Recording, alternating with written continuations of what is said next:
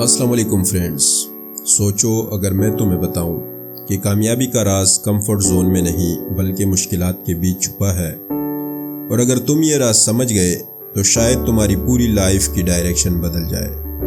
آج کی یہ چھوٹی سی سٹوری نہ صرف تمہیں انسپائر کرے گی بلکہ آخر تک سننے پر تمہیں ایک ایسا لیسن ملے گا جو اکثر لوگ پوری زندگی میں نہیں سیکھ پاتے۔ So stay with me till the end, کیونکہ اینڈنگ تمہیں سوچنے پر مجبور کر دے گی۔ ایک بچہ اپنی گرمیوں کی چھٹیوں میں اپنے دادا سے ملنے آیا۔ وہ ہر وقت اپنے دادا کے ساتھ کھیلتا رہتا تھا۔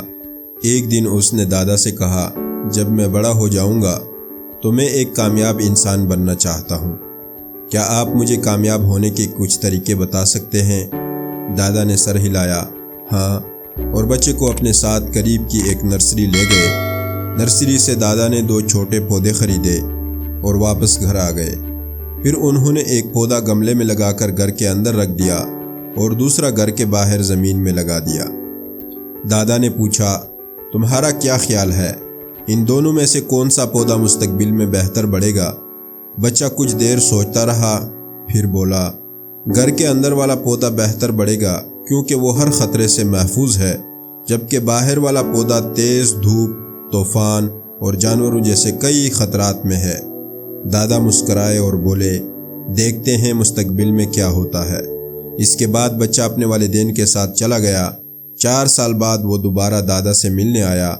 دادا کو دیکھتے ہی اس نے کہا، دادا، پچھلی بار میں نے آپ سے کامیاب ہونے کے طریقے پوچھے تھے مگر آپ نے کچھ نہیں بتایا، لیکن اس بار آپ کو ضرور بتانا ہوگا۔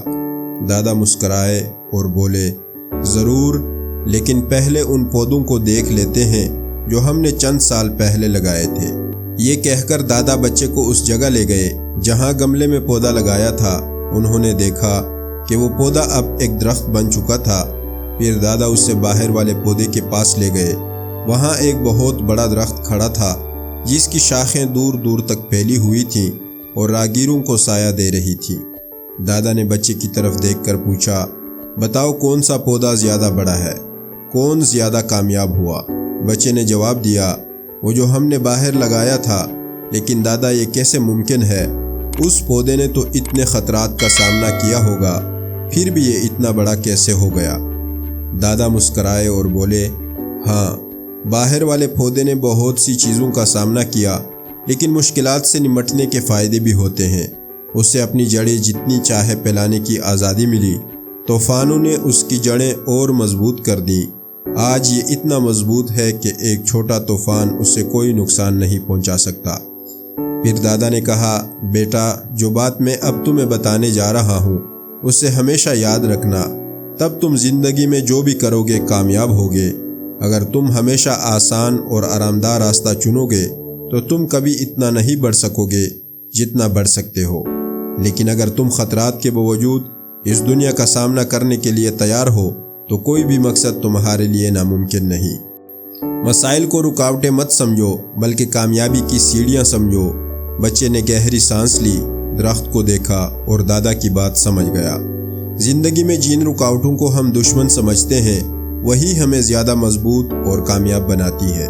اس طرح ہماری زندگی ایک عظیم مہم جوئی کی طرح ہے جس میں موڑ اور نشیب و فراز ہوتے ہیں جو بظاہر ہماری راہ میں رکاوٹ لگتے ہیں، مگر حقیقت یہ ہے کہ یہ رکاوٹیں ایسے پہیلیاں ہیں جنہیں حل کرنا ہوتا ہے۔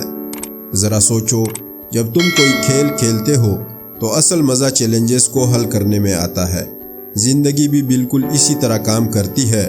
ہر مشکل ایک موقع ہے سیکھنے کا، بڑھنے کا اور مزید مضبوط بننے کا۔ لہٰذا ان رکاوٹوں سے مایوس مت ہو، انہیں قبول کرو، ان کا مقابلہ کرو اور دیکھو کیسے تم زندگی کے کھیل میں اگلے درجے تک پہنچتے ہو۔ تمہارے پاس صلاحیت، عزم اور حوصلہ موجود ہے کہ تم ہر چیز پر قابو پا سکتے ہو۔